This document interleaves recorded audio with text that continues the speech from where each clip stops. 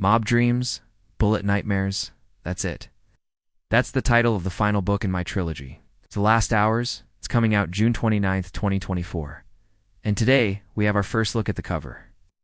This is what Mob Dreams, Bullet Nightmares will look like on bookshelves next year. What do you think? I hope you like it. I'm really happy with how this cover came out. Let me take you through it, tell you some of the things that we put in here and why. So first off, obviously there's Will and Tessa on the cover. This is a love story, so you need to be able to see them together. Now, you might notice that there are no faces on this cover. There are no faces on any of the covers of The Last Hours. And that's intentional because I wanted these covers to not just be about the romantic relationship, but also to capture the overall tone of each of the books in the series. Now, in Chain of Thorns, Will and Tessa aren't even together yet, so we did not include either of their faces on that cover. We focus more on the redheads, which represent danger and blood, and on the angel and the demon, which represent the nature of the romance, which is a forbidden romance between an angel and a demon for this book. Chain of Gold. We focused on Tessa because she was the main character in this book, and while she doesn't appear on the cover of Chain of Thorns, she does appear on the cover of this book. She's still a redhead, so we kept the red hair. But now we've got the angel wings in there as well, because now Will and Tessa are together, and that is a big part of this book. And then we've got the bullets, and the bullets represent the danger that they face. They're being hunted. Now also, this book is called Chain of Gold. And gold can be very valuable, but it can also attract a lot of violence. And so the bullets and the gold in the background, those were kind of meant to represent that duality of this book. And then for the third book, Mob Dreams, Bullet Nightmares, we didn't want to focus on either one of them. We wanted to focus on them together. So we've got them in silhouette here. You can see the angel wings. You can see the bullets. You can see the red hair, the gold. All of those elements that we brought in from the previous covers are included here. And by having them in silhouette, it gives this sense of mystery. Like we don't know who's going to end up on this cover. It could be anybody. We also wanted to capture the sort of mobster feel of this book. And so we've got the pinstripes here and the sort of dark shadows around them. And then that kind of leads into the title, which is Mob Dreams, Bullet Nightmares. Let's talk about that title. So I started writing this book, and I knew that I wanted the word dreams to be in the title, and that it would have something to do with the idea of fate, like dreams of fate or destiny. And when I began writing the book, I thought that maybe the title would be something like Dream of Shadows or Daughter of Dreams. But then I started writing the book, and things went south very quickly for my characters, and they started having nightmares. And I realized that this book was less a dream and more a nightmare. And so I tried to figure out a way to include both of those concepts, the idea of dreams and the idea of nightmares. And then I thought, well, maybe I could combine the two ideas and make a single word, and that S when I came up with Mob Dreams, Bullet Nightmares. Couple of things to note. No, one, there is a comma in the title. And that S, because I like the idea of those two words existing separately and having their own space. They're two separate titles almost. I also think it reflects the duality of the book and the internal conflict that Tessa is facing.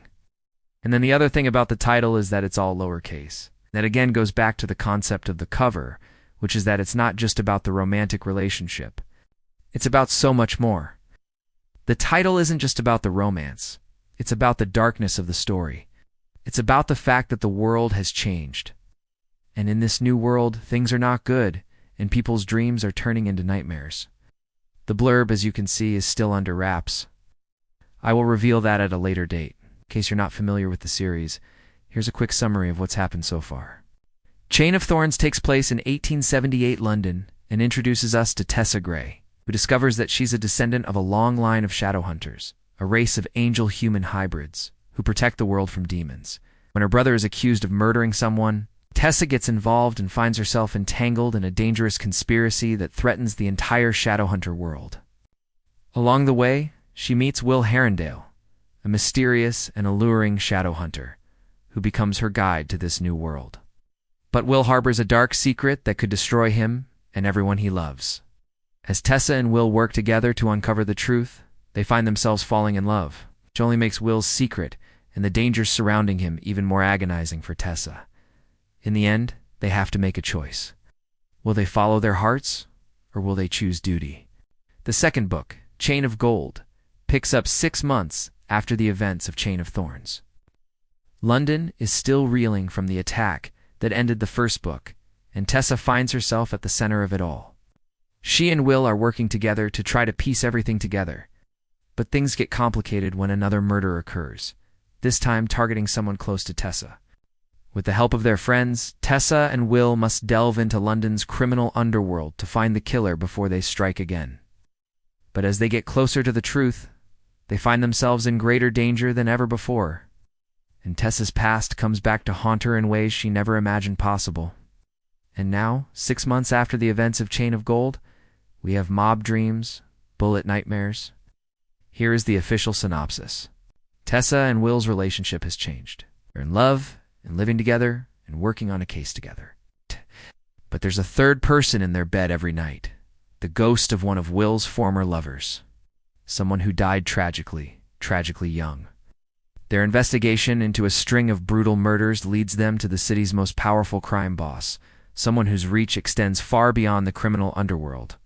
And Tessa's ties to the Clave, the governing body of the Shadowhunters, become increasingly complicated. Now Tessa and Will must navigate the treacherous world of London's elite to find the killer and bring them to justice. But as the body count rises, they find themselves caught in a deadly game of cat and mouse that will test their skills and their relationship like never before. And with enemies closing in from all sides, Tessa and Will must decide how far they are willing to go to protect each other and the people they love. I cannot wait to share this book with you. June feels so far away, but we're going to have some fun surprises along the way. So make sure to stay tuned for more updates. Pre-orders are open now. If you enjoyed this video, please leave a like. Let me know your thoughts on the cover and the title. I read all the comments, and I love interacting with you guys. So thank you for being here. Thank you for watching. See you soon.